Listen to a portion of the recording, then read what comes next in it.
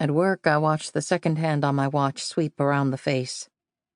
I'm a teller at the Big Burr credit union, and I can't think of a worse job to have when the last thing you want is to see every single person from town every single day. What no one understands is how suffocating their sympathy can be.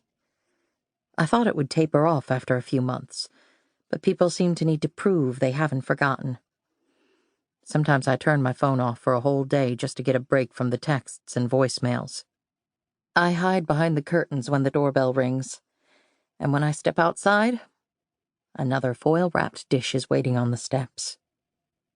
But at work, I can't hide. Every day it's the same. The how are you doings. Never just how are yous. The hand pats, the did you get my casseroles, the fear of eye contact, and the Lord never gives us more than we can handles. Even worse are the ones who paste on uncomfortable smiles and talk about the weather, or the Jayhawks, or celebrity gossip. It's a catch-22. If they say something about Dylan, I resent it. And if they don't say something, I resent it even more. I've started fantasizing about moving somewhere where no one knows me, where they'll look at me blankly and assume I'm just like everyone else. Around lunchtime, I get half my fantasy. I call up someone I've never seen before. A black man in slim jeans, a tailored pea coat, and a button-up shirt printed with small blue flowers. He smiles and asks how I am. "Oh, I'm fine," I say. "And you?" He hands me a deposit slip and a check, then threads his fingers together and places them on the countertop. "I'm doing well. Thank you for asking, ma'am." "Ma'am," I say, bringing my hand to my heart. How polite.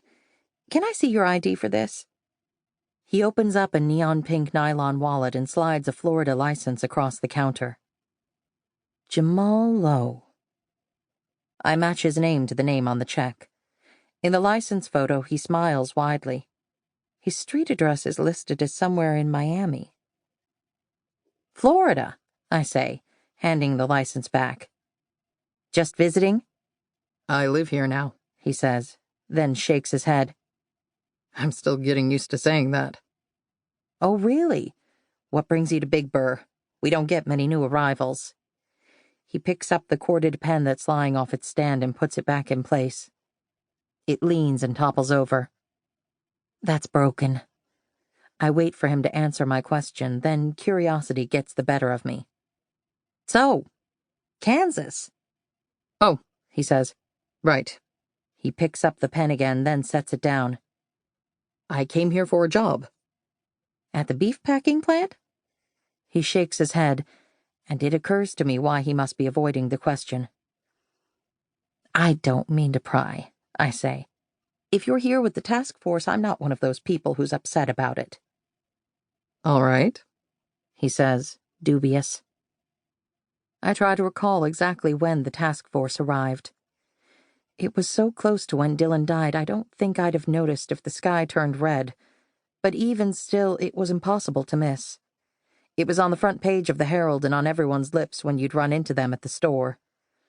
People assumed I wasn't outraged because of Dylan, but most residents have lived in Big Burr for generations.